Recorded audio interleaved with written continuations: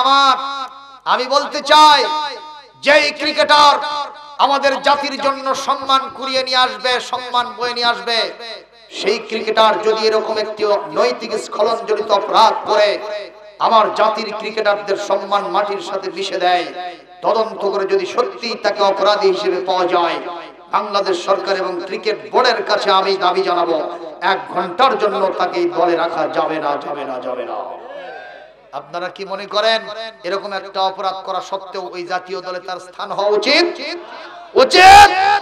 তোমাদের যে idol cricketer কি নাম, নাসির হোসেন, যুবকরা চেনো না? চেনো না? চেনো না? ও আরেকজনের বউরে নিয়ে পালাইছে, স্বামী কাটতেছে, কথা কন না কেন?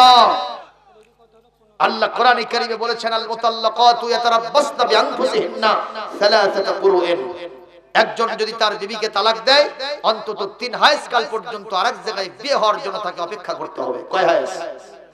তার আগে যদি কোথাও বিয়ে শাদী হয় নিঃসন্দেহে এটা হারাম হবে, হারাম হবে।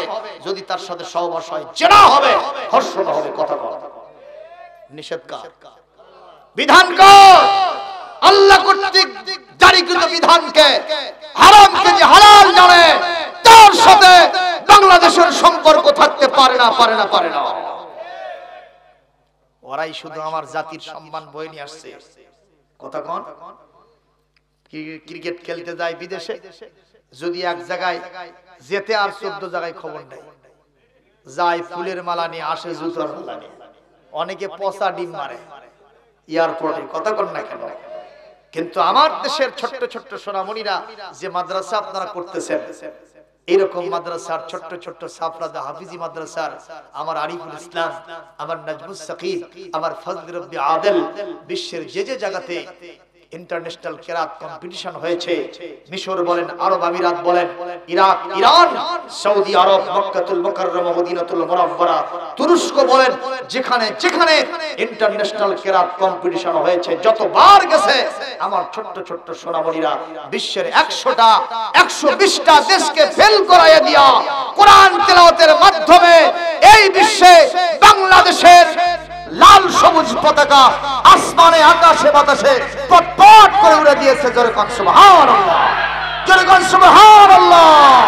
এই মাদ্রাসার ছাত্রদেরকে বিরোচিত সংবর্ধনা দেওয়ার দরকার আছে না? কিন্তু দুঃখজনক, আমরা কোনোদিন তাদেরকে কোন নেতা নেত্রীকে একটা ফুলের তোড়া দিতেও দেখি নাই। আচরণটা কি ভালো হলো ভাইজান? ভালো হলো?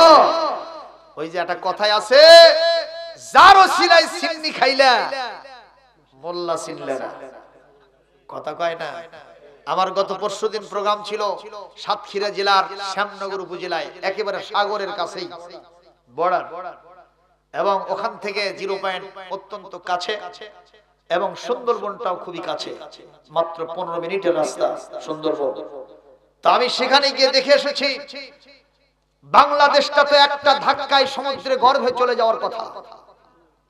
যখন সিডর আসে, আইলা আসে, নার্গিস আসে, জলোচ্ছ্বাস আসে, প্রাকৃতিক ডিজাস্টার যেগুলো হয়, কে দেন? কথা কয় না? এই যে কিছুদিন আগে বুলবুল আসছিল, আসে নাই? আমার তো মনে হয়েছিল বাংলাদেশ একটা ছোট্ট দেশ, একটা ধাক্কায় সমুদ্র গর্ভে চলে যাবে। কিন্তু আল্লাহ রাব্বুল আলামিন কেন রেখেছেন? একটাই কারণে, এই পৃথিবীতে যাদেরকে তোমরা দুর্বল ভাবো, এই সব আলেম ওলামা, কলিজার টুকরো ছোট্ট ছোট্ট সোনামণি, 7 বছরের ছোট্ট শিশুটি মাত্র 3 মাস 4 মাসের ব্যবধানে পুরো 30 পারা কোরআন হাফেজ হয়েছে। যেই দেশে আযানের ধ্বনিতে মানুষের ঘুম ভাঙে, যেই দেশে আযানের ধ্বনিতে শান নামাজ পড়ে ঘুমায় যায়, যেই দেশের সিটি অফ মস্কে, ক্যাপিটাল সিটিকে, বাংলাদেশের রাজধানীকে মসজিদের শহর বলা হয়, সেই দেশ তো কেবলমাত্র ইসলামের জন্য, আল্লাহর গোলামদের জন্য এতদিন পর্যন্ত টিকে আছে। নচেত তোমাদের মতো দুর্নীতিবাজের কারণে এই দেশটা সমুদ্র গর্ভে একটা ধাক্কায় চলে যেত। ঠিক কিনা বলেন? সেই মাদ্রাসাকে কি বন্ধ করা দরকার না চালু রাখা দরকার? সরকারের কাছে দাবি জানাবো। অনেক বুদ্ধিজীবীরা আপনাদের কাছে পরামর্শ দেয় মাদ্রাসা বন্ধ করে দেন, আলিফ বা তাসা শেখা লাগবে কেন, এবিসিডি ছাড়া বিশ্বের মানচিত্রে আমরা মুখ দেখাতে পারি না। আমরা বলবো তাদের কথা শুনবেন না, বরং কোরআনের শিক্ষার প্রসার আরো বেশি করে করবেন। করোনা ভাইরাস সহ যত মহামারী আছে দূর করে দিবেন কে? কোরআনের পক্ষে থাকবেন তো ইনশাআল্লাহ। প্রিয় ভাইরা আমার, কয়টা অপরাধ? কয়টা অপরাধ? চারটা। তার ভিতরে 2 নম্বর চলো, উনি ওনার স্ত্রীর সেবা করেন, সন্তানদের সেবা করেন। এই জন্য ওনাকে আসতে কয় ঘন্টা লেট হয় ভাইজান? কয় ঘন্টা লেট হয়? মাত্র 1 ঘন্টা লেট হয়। আমাদের স্ত্রীদের সেবা করার দরকার আছে না আমাদের? আমাদের নবী বুঝি সেবা করেন নাই? আম্মা জান আয়েশা নিজে বলেছেন, বিশ্ব নবী দাওয়াতি কাজ করে যখন বাসায় ফিরেছেন, এক পেট ক্ষুধা নিয়ে বাসায় এসেছেন, আমার ততক্ষণে রান্না বান্না শেষ হয় নাই।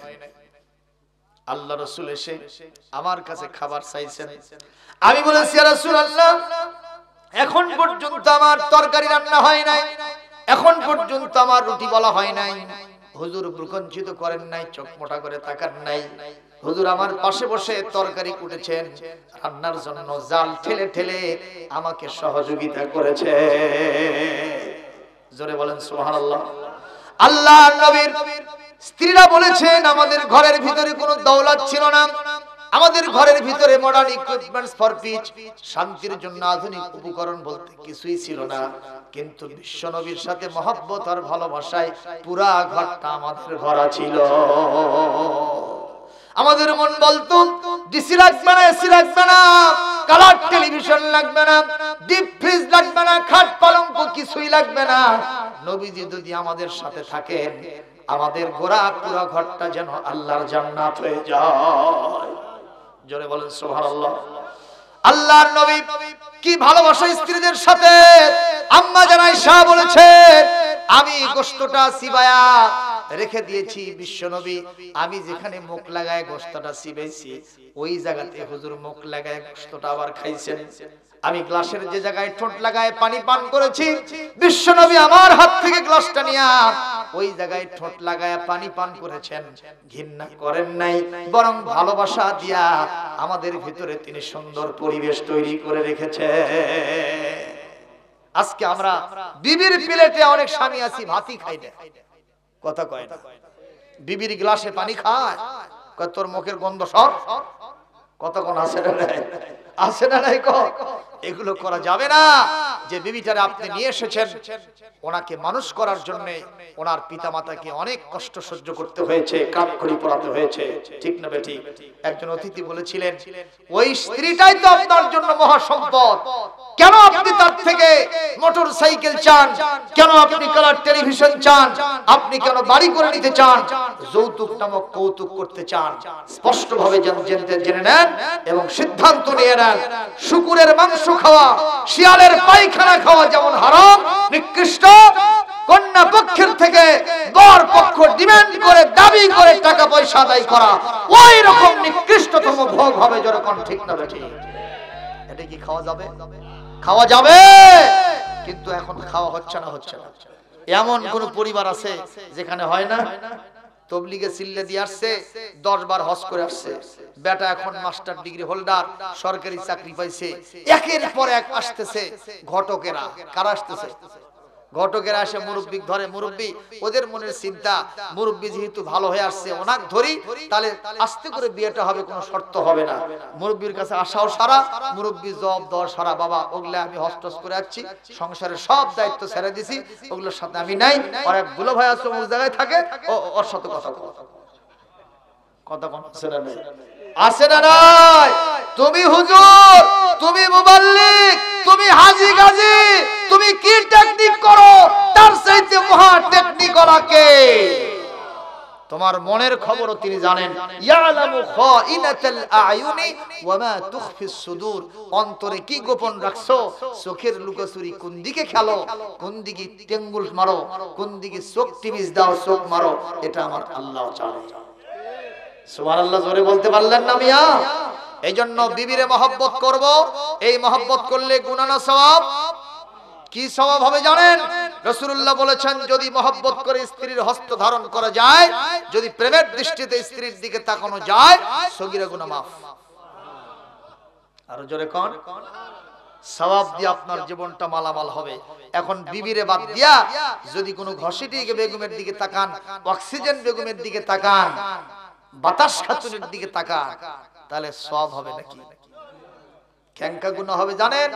আমি হাদিস থেকে শুনাই দিচ্ছি, মান নাজারা ইলা মাহসানি ইমরাতিন আজনবিয়াতিন সুব্বা ফি আইনিহিল উনুকা ইয়াউমাল কিয়ামা আও কামা ক্বালা নবী সাল্লাল্লাহু আলাইহি ওয়াসাল্লাম। আল্লাহু আকবার। আল্লাহর নবীজি সাল্লাল্লাহু আলাইহি ওয়াসাল্লাম বলতেছেন, যদি কোনো সুন্দরী মহিলার দিকে কেউ তাকায় লুলুপ দৃষ্টিতে, প্রেমের দৃষ্টিতে, কাল কিয়ামতের কঠিন ময়দানে আল্লাহ রাব্বুল আলামিন তার চোখের মধ্যে জ্বলন্ত সীসা ঢেলে দিয়া তাকে শাস্তি দিবেন। জোরে কোন নাউযুবিল্লাহ। আর জোরে বলেন। আল্লাহ কোরআনে নিষেধ করেছেন, আকুল্লিল মুমিনিনা ইয়াগুদ্দু মিন আবসারিহিম, মুমিন পুরুষদেরকে বলে দেন তারা যেন পরনারী থেকে তাদের চক্ষুকে নিম্নগামী করে। এই কথাটা শুনে বাবন খুশি হয়ে গেছে যে যাক, পুরুষেরা আমাকে দিকে তাকাবে না, খালি আমরা চেতাব। সেই সুযোগ আল্লাহ রাখেন নাই। এই কোরআনের মধ্যে কোনো সূরাগুলি পথ এই ফাঁকফোকর নাই।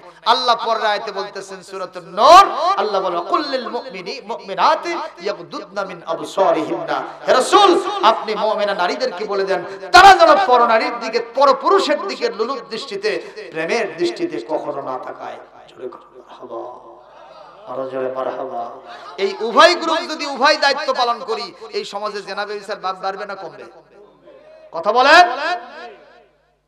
কিন্তু উভয় দোস্ত্র মতে একে অপরকে দেখতেছে। শিক্ষকের কাছে বিচার দিতেছে এক ছাত্রী, কয় স্যার ও ওই সোনা আমার দিকে তাকায়। কে তাকায়? ওই সোনা। গ্রামের ভাষায় বলছে। তো স্যার বলতেছে, কে রে? ও তোর দিকে তাকায়, তুই কেমনে দেখলু?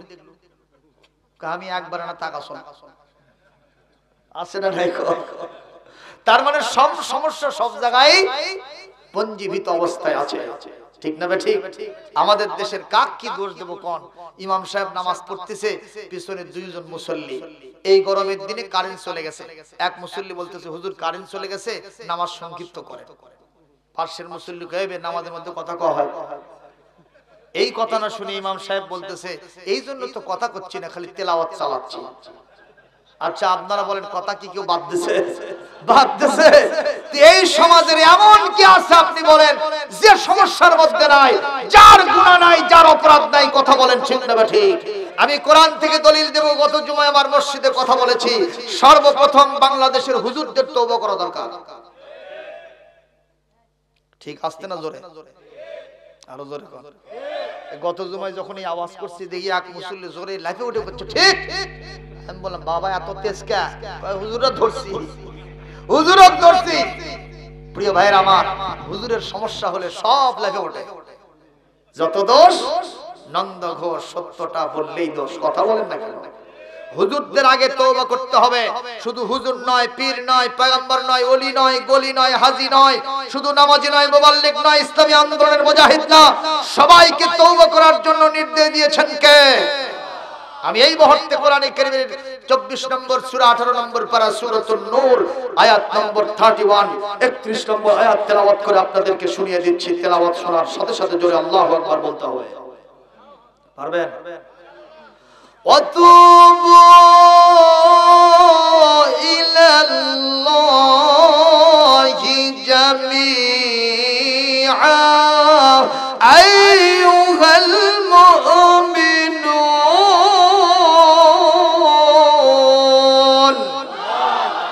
লাআল্লাকুম তুফলিহুন। আমার আল্লাহ পাক বলেন, তুমি যত বড় হুজুর হও না কেন, যত বড় ইমাম হও না কেন, যত বড় মুহাদ্দিস মুফাসসির হও না কেন, তুমি ইমানদার হও, মুমিন হও, মুমিন হও, তোমরা সকলে মিলে আমার কাছে তওবা করো। আমি আল্লাহ পাক ঘোষণা করলাম, যদি সবাই মিলে আমার কাছে ক্ষমা চাইতে চাও, ক্ষমা চাইতে পারো, মাপ চাইতে পারো, আমি আল্লাহ পাক আমার রহমতের কোলে তোমাদেরকে টেনে তুলে নেব। দুনিয়া আখিরাতে সফলতা তোমাদেরকে চুম্বন করবে। জোরে বলি সুবহানাল্লাহ।